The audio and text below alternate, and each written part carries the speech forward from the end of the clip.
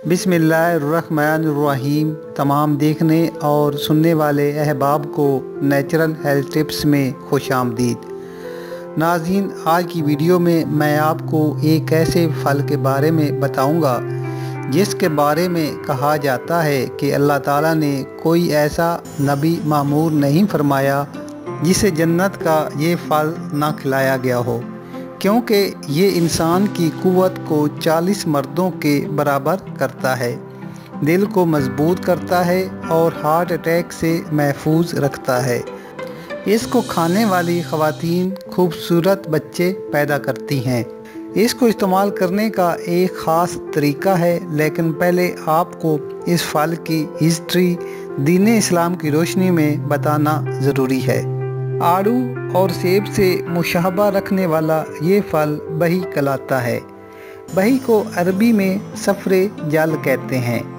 इसकी सबसे ज़्यादा काश्त तुर्की में होती है। पाकिस्तान में भी पहाड़ी इलाकों में दस्तयाब है, ताहम पाकिस्तान के सिवा दीगर ममालिक में इसकी काश्त तिजारती पैमाने पर होती है। हज़रत तला रज़ी अल्लाह अन्हा ताला से रवायत है कि मैं रसूल अल्लाह सल्लल्लाहु अलैहि वसल्लम की खिदमत में हाज़िर हुआ। आप सल्लल्लाहु अलैहि वसल्लम के हाथ में एक बही थी। मुझे देखकर आप सल्लल्लाहु अलैहि वसल्लम ने फरमाया, आ जा तलहा, इसे ले लो, इसलिए कि ये दिल को तौक़ियत पहुँचाती है।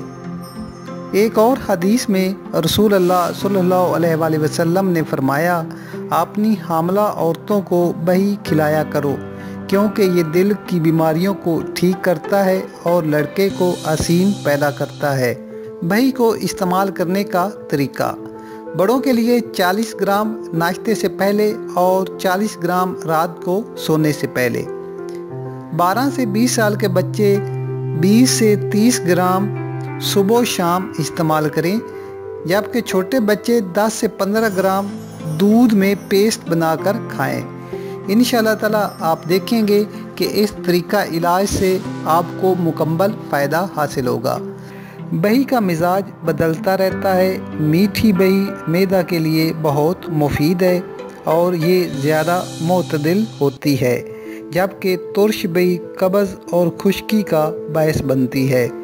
बही की सारी किस्में प्यास को बुझाती हैं, कह को रोकती हैं, पेशाब, आवर और पखाना को मैदे से जल्दी खारिज करती हैं, आंतों के ज़ख्म के लिए बहुत मुफीद है। इसका मुरब्बा मैदा और जिगर को ताकत पहुंचाता है, दिल को मजबूत करता है और सांसों को खुशगवार बनाता है।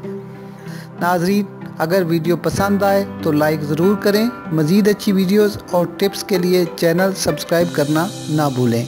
शुक्रिया।